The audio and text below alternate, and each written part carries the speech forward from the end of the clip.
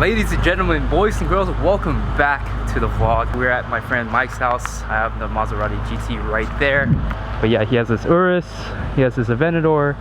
Now this is the newest addition to his already awesome lineup. And yeah, it's adding more garage spaces, which is always so cool. So now he has 6. 2 there, if I can count right, 2 there, 2 there, and 1 more in each one. But in today's video, we're going to talk about some more issues I've had with this car. So I bought this beautiful thing at Audi of Torrance. They helped me out a lot. The sales rep there, Ryan, he was so awesome, super chill, helped me throughout the whole process of getting this car. But today I'm not here to talk about Audi of Torrance, but I'm here to talk about the body shop, or the shop they kind of work with, that did a pre-purchase inspection on this car and also worked on this car. I had my tire replaced because remember in a couple videos ago I said one was a summer tire and one was a mud and snow, so I wanted the tread to be the same, so I switched out the mud and snow to be a summer tire. That wasn't really the only reason why I wanted to switch it out. It's because the car was kind of driving weird too, and it was driving weird because every time I would go over a bump, the steering wheel would like get all crazy, you know. It was kind of hard to manage. I haven't really taken this car up yet into the mountains because of that reason. You know, I thought it would just need alignment or something and that would fix the problem. I mean, it did get better with the new tire, but yeah, I soon found out after getting this car lifted up onto the lift that there was much more problems in this area and along the bottom of the car. This is the tire that got replaced. It's the front passenger tire.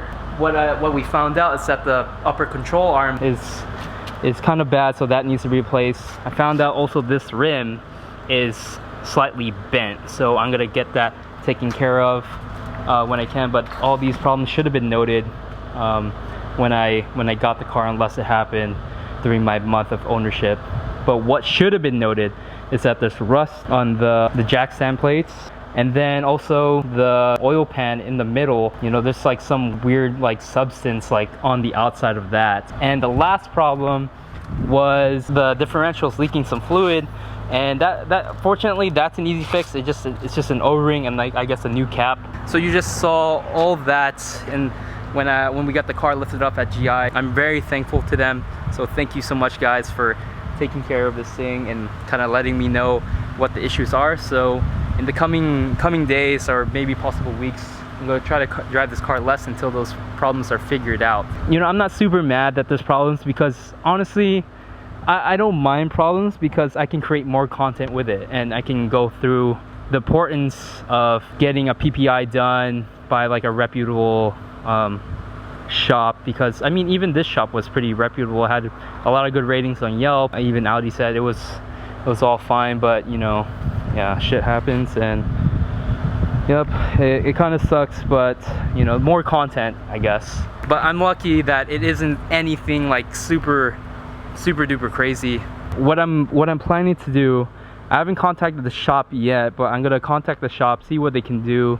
They want to help me out, and if not, I'm gonna give them a bad review, and you know, I'm gonna list down what their shop name is down below, because I wouldn't want anybody to go through the same issue. I mean, if they skipped on just like a PPI on this, even though they said they did and everything, they said they jacked it up and checked it out, then who knows what else they skip on.